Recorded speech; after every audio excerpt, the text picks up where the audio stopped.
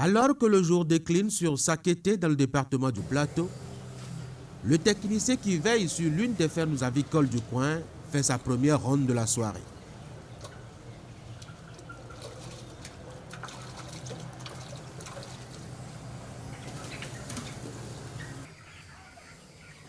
Il n'y a pas grande activité. La population avicole entretenue ici est de modeste taille actuellement. Une situation qui s'explique par la période, mais surtout par les besoins du moment. Les pics, souvent, c'est pendant les périodes de fête qu'on observe souvent les pics. Mais actuellement, par la grâce de Dieu, nous prenons pour toujours avoir un marché constant. Et les pics peuvent arriver, mais il faut avoir un marché qui est constant. Cette humeur du marché, très maussade la plus grande partie de l'année, impose un rythme pratiquement invariable à l'activité avicole dans tous ses compartiments, à commencer par l'importation des poussins. Elle définit par ailleurs aussi l'état des investissements très mesurés dans le domaine.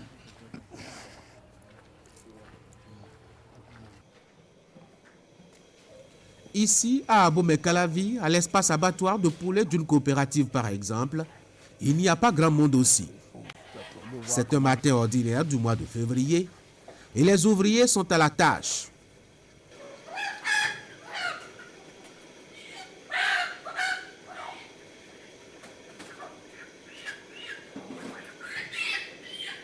Voilà ici le lieu d'abattage.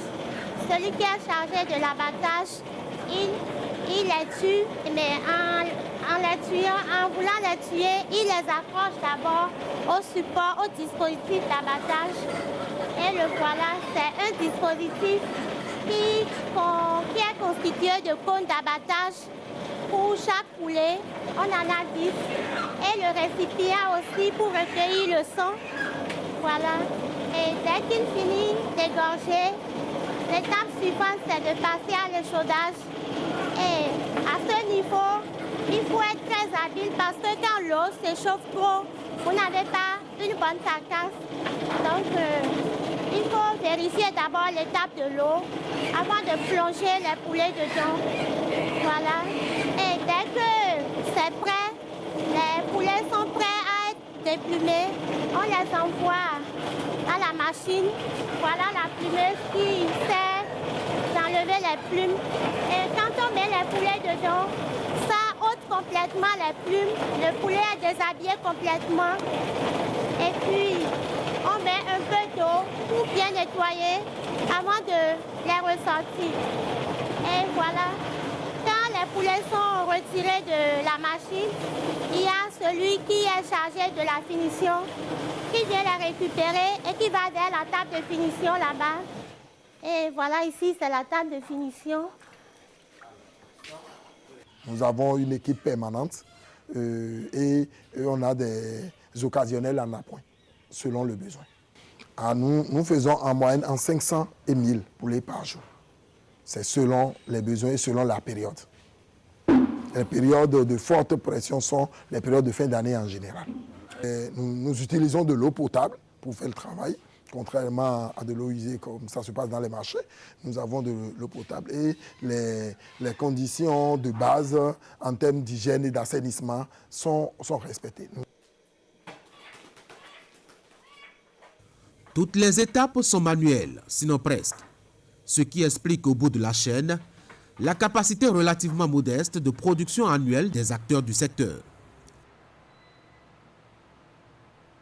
Et à fin 2023, donc début 2024, on a une production de 24 500 tonnes d'œufs de consommation. Pour ce qui est de la viande de volaille, vous avez au total 25 000 tonnes pour la même période de viande de volaille sortie. Et quand je dis viande, c'est déjà y compris le travail des agriculteurs, des éleveurs, les transformateurs qui ont abattu et qui ont fait les découpes et autres, et les distributeurs qui sortent.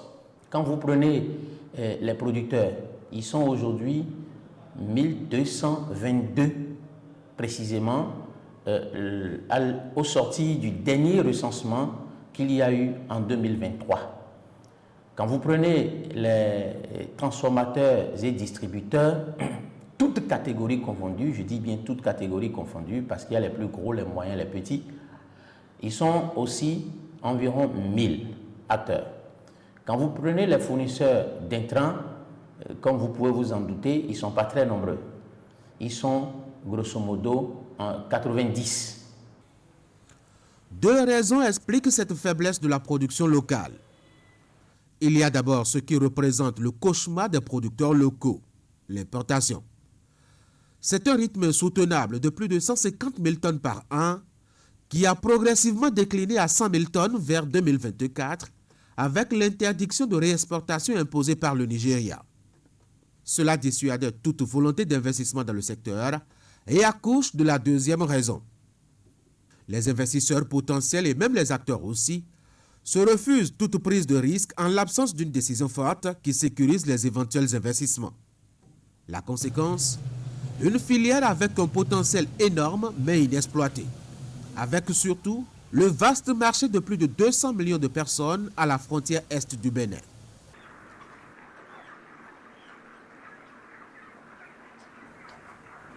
Mais depuis l'annonce de la fin de l'importation en 2024, les choses ont quelque peu changé. La décision annoncée a boosté la volonté chez les acteurs, mais aussi chez les opérateurs économiques. Comment ça va? Bon. À Porto Novo, un homme d'affaires a mis en place des infrastructures de dernière génération pour la production locale de poussins. Ici, c'est l'incubateur d'une capacité de 40 320 œufs. Ça dispose de 4 portes. Je vais ouvrir, vous allez voir. Voilà. Ça, c'est les chariots qui sont dedans. Il y en a au nombre de 8. C'est sur ça que nous disposons les œufs. On les met dans des petits alvéoles que nous disposons sur ça.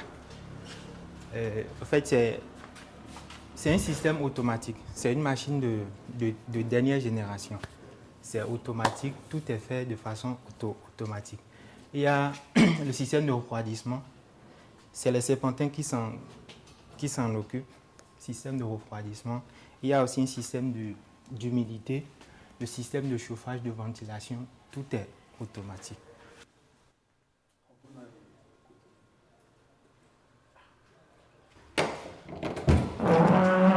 Là, c'est la troisième porte.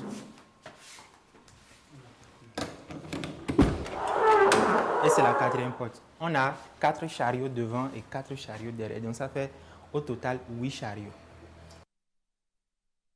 Une fois les œufs ici, nous les disposons dans ces caisses que vous voyez. Et ils restent ici pendant 3 jours. Donc, dans l'intervalle de 3 jours, nous avons les poussins. Le système est le même. Le système de ventilation, de refroidissement, d'humidité, c'est seulement le système de retournement qui n'est pas ici. C'est ça qui fait la différence entre l'incubateur et l'éclosoir. Disposé en forme de U et érigé sur 2 niveaux pour le moment, le couvoir a une capacité mensuelle d'1 million de poussins. Et la chaîne de production est dotée d'un mécanisme technologique adapté aux réalités modernes du milieu. Voilà, donc les poussins, quand ils vont sortir, on va les ramener ici. Donc ça, c'est une salle de sortie des poussins de travail. Une fois les poussins sortis, on les ramène ici et on dispose les paniers ici. On dispose les paniers ici. Et une fois les paniers ici, on fait le tri ici. Donc les poussins qui sont bons, on les met ici. Et dès que ces poussins-là, dès que nous les mettons ici, ils tombent sur ce tapis. Et ce tapis roulant les traîne jusqu'ici. Et les envoie ici. Et ils font le tour. Et ceux qui sont censés vacciner se positionnent ici pour la vaccination. Et il y en a 8. Il y a 1, 2, 3, 4, il y en a 8 vaccinateurs qui sont censés être autour du dispositif. Donc voilà comment ça se passe.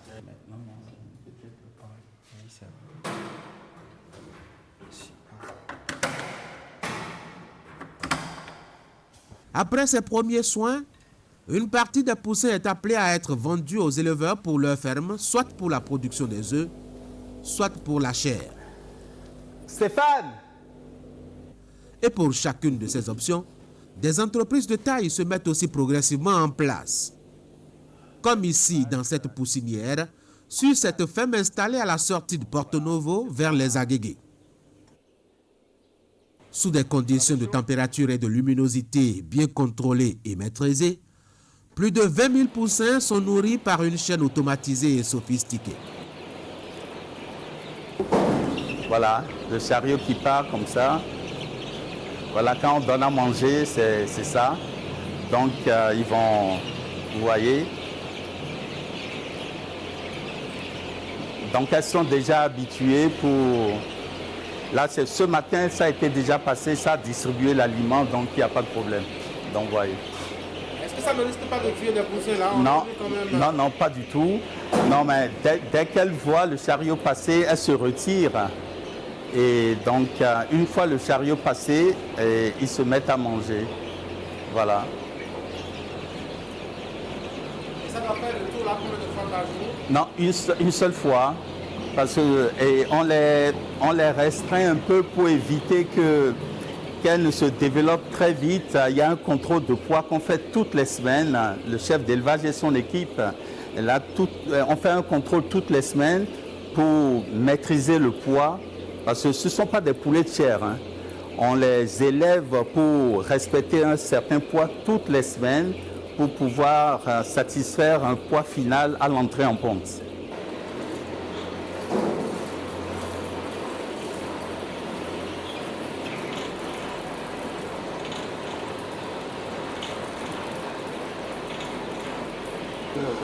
Alors ça c'est pour le raclage, donc 2 ou 3 fois par semaine en fonction de la quantité de fientes qui tombe.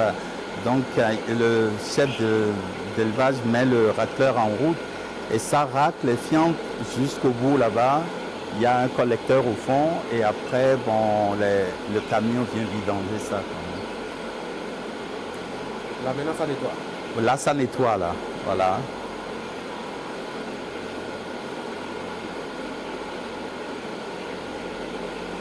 Donc vous voyez, là, il n'y a pas, on les a détassés sur tous les niveaux.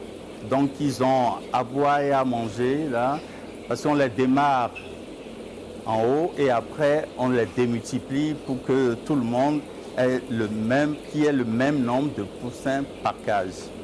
Donc ils vont rester là jusqu'à 18 semaines, donc en 4 et 5 mois. Et après on va les transférer dans le bâtiment de ponte là-bas.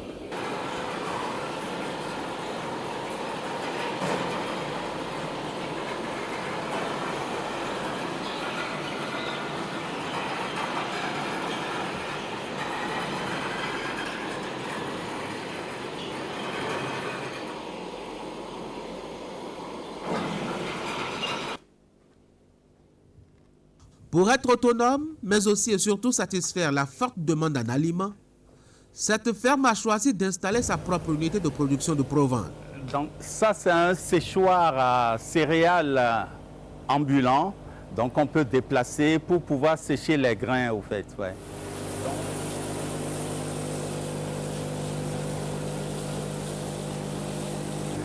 Alors ici on est en face d'une machine pour torréfier la graine de soja. Donc on reçoit la graine et on ne peut pas l'utiliser telle qu'elle. Donc il faut la passer ici. Donc c'est une technique pour chauffer la graine, pour enlever les patterns antinutritionnels dedans, quoi, voilà. Et donc ça ressort, c'est très facile, hein. Bon, donc on monte à des températures de à peu près 80-90 pendant 2-3 minutes et on contrôle justement après avec analyse le taux de cuisson, la nature de cuisson et puis donc voilà un peu quand ça ressort c'est comme des cacahuètes, hein, donc ça c'est la graine de soja torréfiée. Bon, on peut la manger, hein. Non. Donc ici c'est l'ancienne usine, c'est l'ancienne unité Bon, elle fait que le mélange puisque le broyeur n'est pas très opérationnel et on est passé sur un BMI ici, c'est une petite unité, voilà. Ici, le personnel est un homme réduit et relax en attendant que le marché local soit autonome.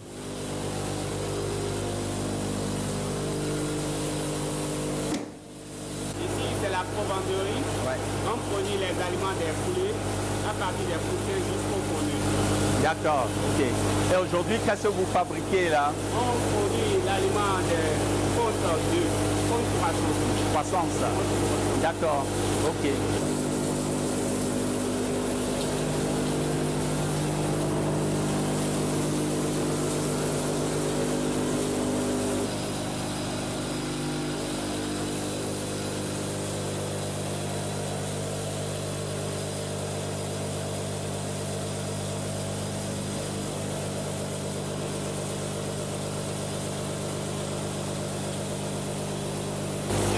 Vous voyez devant un bienvenue, je peux acheter 250 kg.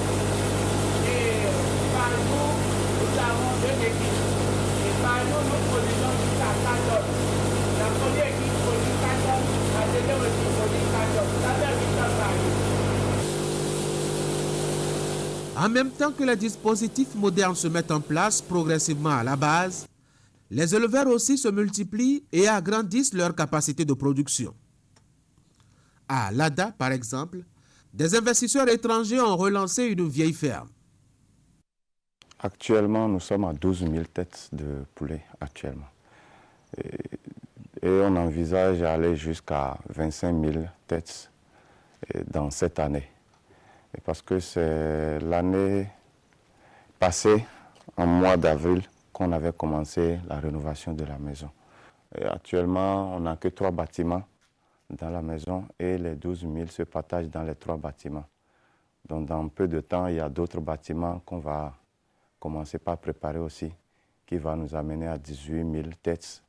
Et là, s'il y a le marché, on continue jusqu'à atteindre le nombre qu'on peut faire et aider notre population à manger de la viande.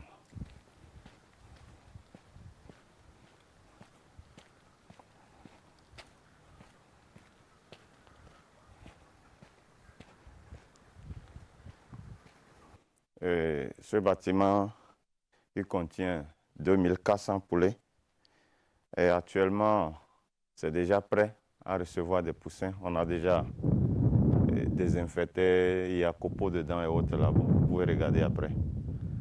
Bon, quand on entre dans notre bâtiment, vous devez laver les mains. Bon, normalement, il y a des chemises qu'on devait porter avant de rentrer. Bon, avant de rentrer, on doit désinfecter les bottes et rentrer. Les poussins 2400, tout doit rester ici d'abord. Quand on va installer ici 2 semaines, 3 semaines, on va séparer. 1000 et 1700 ici et 1700 à côté. Donc ça, c'est déjà prêt, mais on doit encore désinfecter au moins 3 fois avant l'arrivée des poussins. Donc c'est des poulets qui ne supportent pas trop de chaleur. Ça, vous pouvez remarquer qu'il y a des ventilos.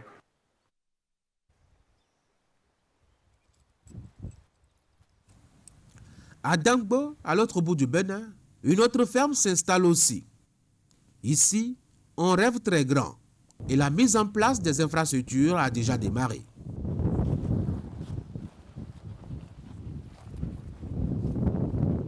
Nous sommes sur 23 hectares et ici, nous devons à la fin avoir 10 poulaillers. Chaque poulailler étant d'une taille de 1500 mètres carrés où on va mettre à la longue, dans quelques mois, on va mettre entre 25 000 et 30 000 sujets.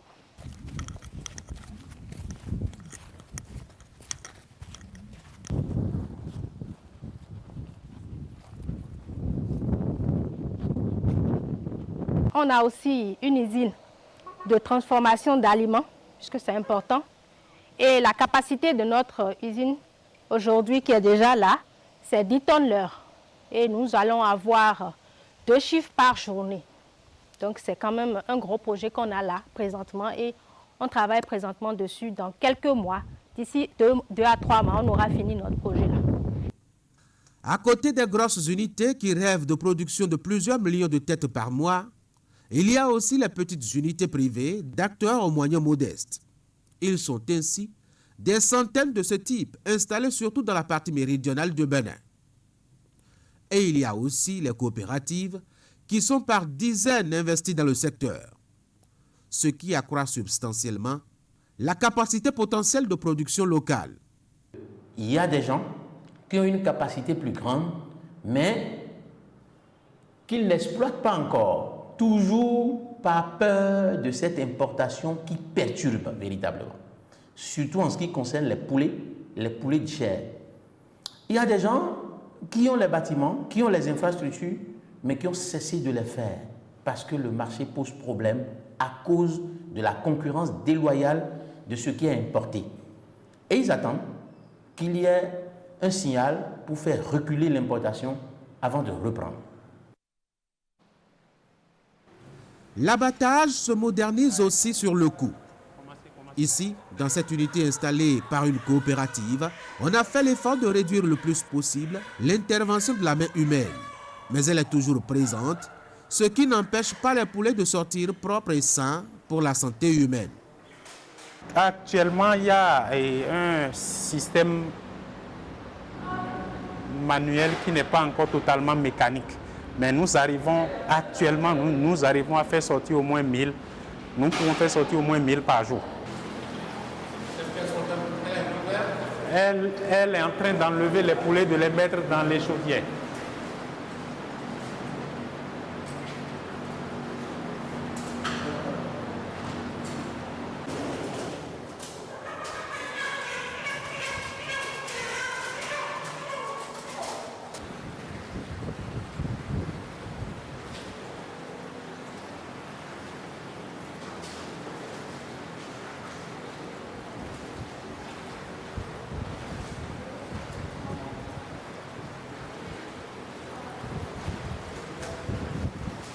Nous pouvons faire sortir au moins 1000 par jour, 1000 sujets par jour.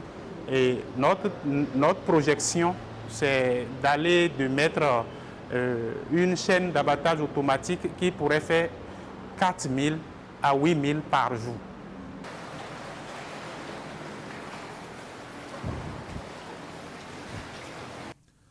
Mais c'est à Porto Novo que la plus grande unité d'abattage moderne s'est implantée et attend de démarrer ses activités.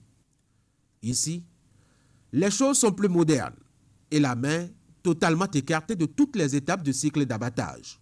Donc ils vont décharger les caisses ici. Il y a les opérateurs qui les prendront un par un pour les accrocher par la patte ça, sur les chaînes au fait. Donc après, une fois tout est plein, bon, donc il tourne et il va rentrer. Donc il y a tout un circuit à faire et qu'on va voir. Donc ça, c'est une station pour produire l'eau chaude qui va servir à échauder les volailles. Donc je vous disais tout à l'heure, bon, une fois accrochés, ils vont passer par le circuit là, ils viendront. Et ici, c'est un bac d'échaudage. Donc ça, c'est rempli d'eau et il y a des thermostats dedans avec des chauffe-eau au fait. Hein. Et donc, ça va chauffer l'eau, température de 52, 55, ça dépend comment on va voir. Et donc, la chaîne descend. Donc, après, vous pouvez venir voir, la chaîne descend. Il plonge les animaux dans l'eau chaude, dans le bain. Ça ressort. Donc, comme le circuit est comme ça, il ressort. Il va passer là. Et ça, vous voyez, là, il y a des dents. Des doigts là. Là, ce sont les plumeuses. Donc, on met la machine en route. Donc, tout ça, c'est en route en même temps. Et il va tourner. Le poulet passe dedans. Donc, il va tourner pour les déplumer, au fait. Donc, voilà la plumaison. Donc, il y a deux chaînes comme ça. Ça fait tout le tour. Et une fois le poulet déplumé, sorti, donc voilà, une première partie, une deuxième partie. Donc il va sortir par là. Donc déjà le poulet, vous allez le voir accroché, plus de plumes, hein, il est déjà fini. Il va passer par ici. Ça c'est, disons, un couteau, un coupe-tête, il va couper la tête. Ça va tomber là, il passe. Donc il est toujours accroché le poulet. Il va passer. Et là, ce sont des suceuses au fait pneumatiques, hein, pour pouvoir vider le poulet. Ouais, voilà. Donc une fois vidé, bon, donc ça, il y aura des opérateurs, des opératrices sur la ligne. Une fois vidé, ça passe. Et il va passer là aussi, et il va descendre dans ce bac pour être nettoyé complètement. Donc il va rester dedans pour un certain temps pour être nettoyé, et après il va sortir de l'autre côté. Les tables ne sont pas là, ils sont dans la grande salle là-bas, la chambre froide là-bas. Donc ça va être nettoyé complètement et il y aura des gens là-bas pour les récupérer sur la table. La dernière ligne, c'est la transformation. Ici, les acteurs s'organisent aussi, proposent une variété de produits issus du poulet et essayent un quadrillage de marché pour servir des produits transformés. Voici la chambre froide positive. Là, on envoie la matière première pour 2 heures à 3 heures pour la fraîcheur. Ça quitte là, on vient ici. Ici, nous sommes au niveau de la charcuterie. On appelle ça ici la charcuterie à notre niveau, où on fait le découpe des poulets. Actuellement, on est en train d'enlever les blancs de poulet. Voici les blancs de poulet. Ça, on appelle le coffret. Et c'est du coffret qu'on enlève les blancs. Quand on enlève les blancs, on obtient les carcasses qui sont de l'autre côté là-bas. Ça, c'est les carcasses. Donc ça quitte là. Ça, c'est les poulets découpe. À ce niveau, nous avons les poulets format. On a le petit format qui est ici, le grand format et petite cuisse, issu des poulets découpe. De l'autre côté, on est en train d'emballer les ailes. Donc c'est le chemin que ça suit, ça. Nous finissons d'emballer, on envoie les produits au niveau vers la chambre froide négative pour la conservation. Nous sommes au niveau de la charcuterie ici.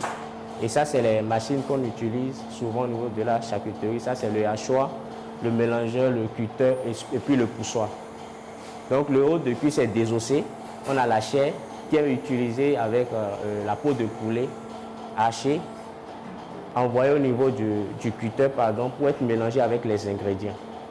Ça, nous sommes dans le cadre de la production de la saucisse cuite. Une fois mélangée, on enlève la pâte, mélangée avec les ingrédients du cutter, faire le poussoir. Actuellement, elle est en train de pousser la pâte de saucisse. Ici, c'est le rôtissoir. C'est notre poulet rôti, c'est le produit le plus prisé des consommateurs. Les clients adorent ça. Nous faisons du poulet rôti et de la pintade rôti. C'est bien assaisonné, c'est déjà prêt à la dégustation. On vous offre en plus, on vous offre 2 acassas et du piment comme accompagnement. En fait, la vente en ligne, c'est un système qui permet aux clients d'acheter nos produits en ligne et à tout moment de la journée. Donc, nous avons un service de livraison qui nous permet de satisfaire les clients. Donc, en fait, le client peut commander directement par téléphone et en fonction de sa demande, il fait sa demande et nous faisons le devoir de le servir le plus tôt possible et dans les meilleures conditions possibles. De la production des œufs de table ou des poussées d'un jour, jusqu'aux produits finis servis sur la table du consommateur en passant par l'élevage, l'abattage et la transformation, les acteurs du secteur ont acquis en capacité de production, mais aussi dans la technique et la technologie. Et la décision politique qui attend toujours d'être prise commence à semer le doute dans le cœur de ceux qui ont hasardé de gros investissements dans le domaine. Les acteurs ne demandent pas de prendre une décision aussi radicale qu'elle soit, mais ils veulent un signal pour savoir que leurs investissements seront sécurisés, que quand ils vont produire, ils vont vendre. Vous avez vu tout ce que je vous ai cité là? Et pour clôturer et vous montrer pourquoi on parle tant d'investissement dans ce domaine. Lorsque vous devez élever des poules pondeuses pour faire des œufs, non compris l'investissement des infrastructures, il vous faut mobiliser environ 15 millions pour 1000 têtes seulement. Il est important qu'au-delà de l'outil ou des outils mis en place par l'État pour faciliter l'accès au financement, que le gouvernement puisse prendre des mesures particulières d'accompagnement de ces acteurs de la filière qui ont des projets, qui ont déjà pris des initiatives, qui ont commencé quelque chose, qui ont l'autorisation de le faire, pour qu'ils puissent lever facilement et rapidement les fonds nécessaires. Ça, c'est très important. La date du 31 décembre 2024 annoncée, qui devrait connaître la fin de l'hégémonie de l'importation des produits carnés congelés au Bénin, est passée sans avoir vu l'entérinement de la décision par un acte officiel. En plus de l'hésitation de l'État et la volonté politique béninoise très en retard sur la Côte d'Ivoire, le Nigeria, le Cameroun et récemment le Togo, qui se sont lancés dans la bataille de la régulation de ces importations, les acteurs du secteur au Bénin doivent vivre maintenant le stress d'une prolongation sans limite du délai de grâce aux poulets importés face à leurs gros investissements. Un grand rendez-vous manqué qui aura pu aider à davantage asseoir une filière dont les acteurs se disent prêts pour relever l'énorme défi de la satisfaction de la consommation locale et de la contribution au fisc national. Un double objectif à la fois si près et si loin, et qui détermine actuellement la position des différentes parties impliquées.